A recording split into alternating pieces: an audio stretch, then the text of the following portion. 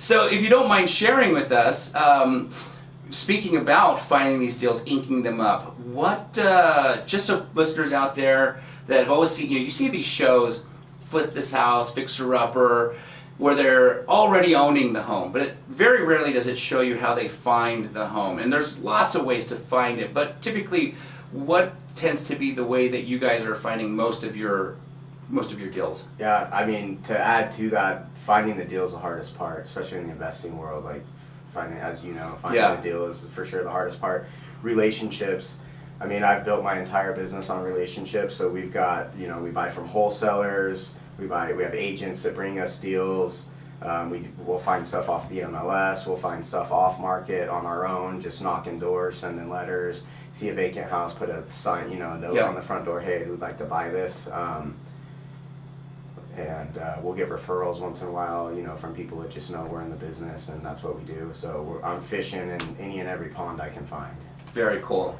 Very cool. And what I loved about all those places that you find it, I had a mentor once tell me, if the MLS is kind of like the lake that you get to drive your truck up to, unpack your cooler, unpack your tent, unpack your barbecue, and everybody fishes there because it's the easiest place to fish. And that's why there's most competition there, because everyone's fishing there. But if you're willing to put the backpack on and go upstream, which is the door knocking you talked about, the mailers, you're going to have less competition to find those opportunities. So I'm always telling people that how do you find these deals? You got to look everywhere, not just the MLS, because I think most people when they get started, that's all they look is the MLS, until they're educated to look up elsewhere. Yeah, and the MLS is just so competitive, so even if you do see a deal on the MLS and you happen to get an offer in on it in the first couple hours, there's probably 20 of them already on there. So it's once in a while we'll get lucky and pick something off of there,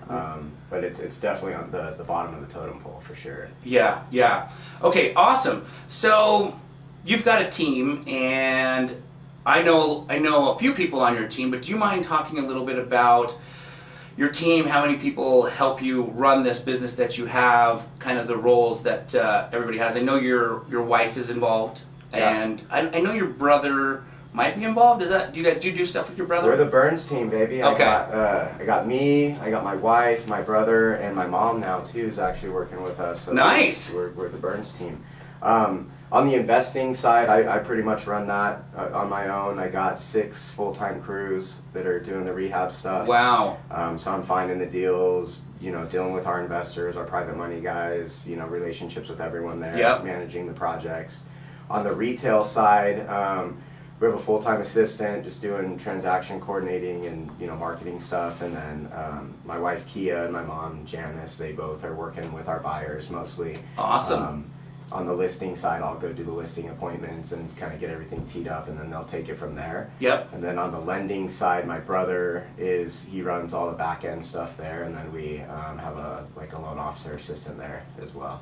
Very cool. And we're hiring too, so I'll throw that out there. We're looking for good people. Awesome. You heard it right here, guys. If you're looking to, what are you looking for before everyone starts calling you? I'm looking for good people. I think you can train, you can train skills, but you can't train, attitude, work ethic, integrity. So we're hiring people, and then we can, if you have skills, that's great too. But just in general, I'd rather, I'm focused on the person that we want to grow with.